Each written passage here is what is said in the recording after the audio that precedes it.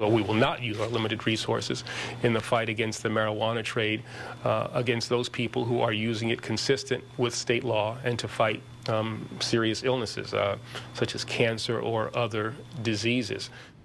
Right now, 14 states have medical marijuana laws, a lot of others considering it. So this is a significant announcement.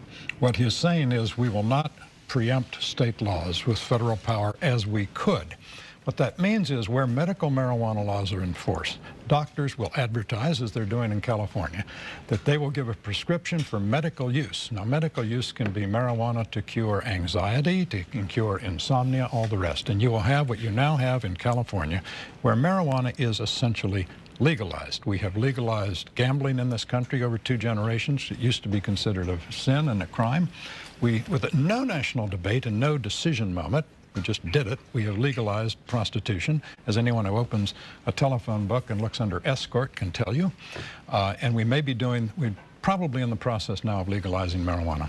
Good idea. Well, I think that overstates the case. I think that what Eric Holder did was to say, look, we have scarce prosecutorial resources. We're not going to go after people with glaucoma or cancer or whatever on medical marijuana. They're still going with a vengeance, really, against the Mexican drug cartel. So I think there's this is a kind of a mixed bag. I think we won't see a full legalization of marijuana until somebody figures out that if you tax it, maybe you can pay for health care. Well, that might be what drives it. 80% of the revenue of the Mexican cartels is marijuana. If you really want to go after the Mexican cartels, and I'm not saying that's the only criterion for public policy, you'd legalize marijuana. But we are seeing gradually the public more open to the idea of legalization. It was in the 20% throughout the 1990s, hit 30% around 2000. Now it's well above 40.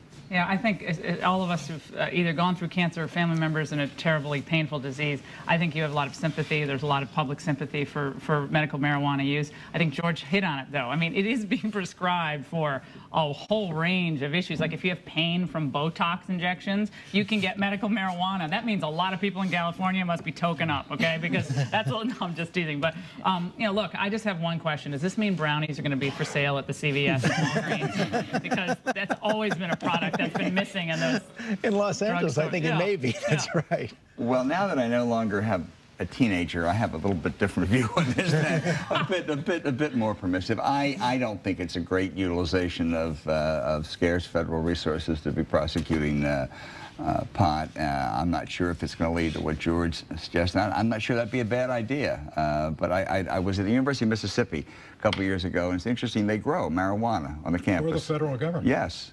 So times are changing. Well, the times are changing. I was just thinking back, could you imagine Janet Reno in 1995 announcing that I'm not going to prosecute this? There would have been a massive uproar.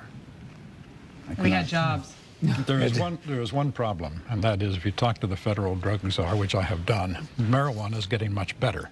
They're growing it and making it better in the sense that the active psychoactive ingredient is much stronger than it used to be.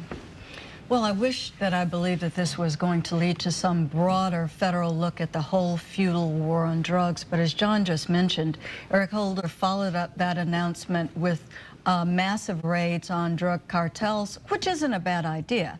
I just don't think that this is a relook at the futility of the war on drugs. I really think instead of just acting in a small way to say, marijuana isn't such a bad thing, let's relook at all of our drug laws, the way we fight the so-called war on drugs, because it isn't working. I think John may be right. What's going to drive that in the long run are budget issues. That's all we have time for today.